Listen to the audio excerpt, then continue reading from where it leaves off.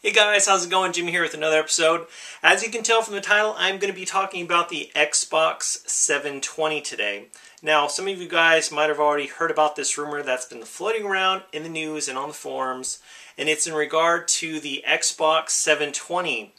Now, this rumor that's going around is stating that the upcoming next generation Xbox console will have something where it will not allow you to play used Xbox 720 games. Now, this is a very interesting rumor, and I could see why a company like Sony or Microsoft would not like used games to be played on their or purchased for their console. Reason being is that every single time you go to the store and buy a PlayStation 3 game or an Xbox 360 game, a new copy, a certain amount of that money goes to either Sony or Microsoft. And if you noticed, oftentimes a lot of the PC games that are also available for the PS3 and Xbox 360, you might notice that often the PC games cost less. And one of the main reasons for that is that Microsoft and Sony charge a fee to have a game released on their console. So this is very interesting. Obviously, Sony and Microsoft have a lot of first-party titles that they make a lot of money off of, but also third-party titles. Titles that they have really nothing to do with, only to authorize them to publish a game for their console. And so this would be really, really interesting. Think about the companies like GameStop and other game companies that thrive off used game sales.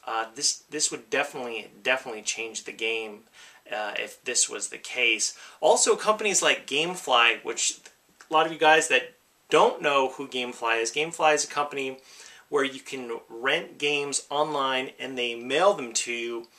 So those are used games. They've been played before for the most part. So that would mean that those games you would not be able to rent Xbox 720 games, whether it be through online or at your local store.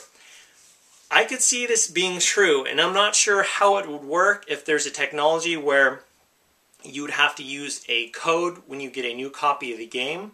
Perhaps the software or the console would recognize when you use that software for the first time. You have to use some type of reference code. Also, I could see it where you could buy, if this was true, I could see if they were smart, they would have it where you would just buy the used game and then just pay whatever fee you would need to online, whether it be through the PlayStation Network or Xbox Live. Not sure if the upcoming PlayStation 4 is going to have this, but in terms of Xbox Live, I could see if you did buy a used game and you couldn't play it on your console, I could see how you would have to pay an additional fee to make that game playable for the console.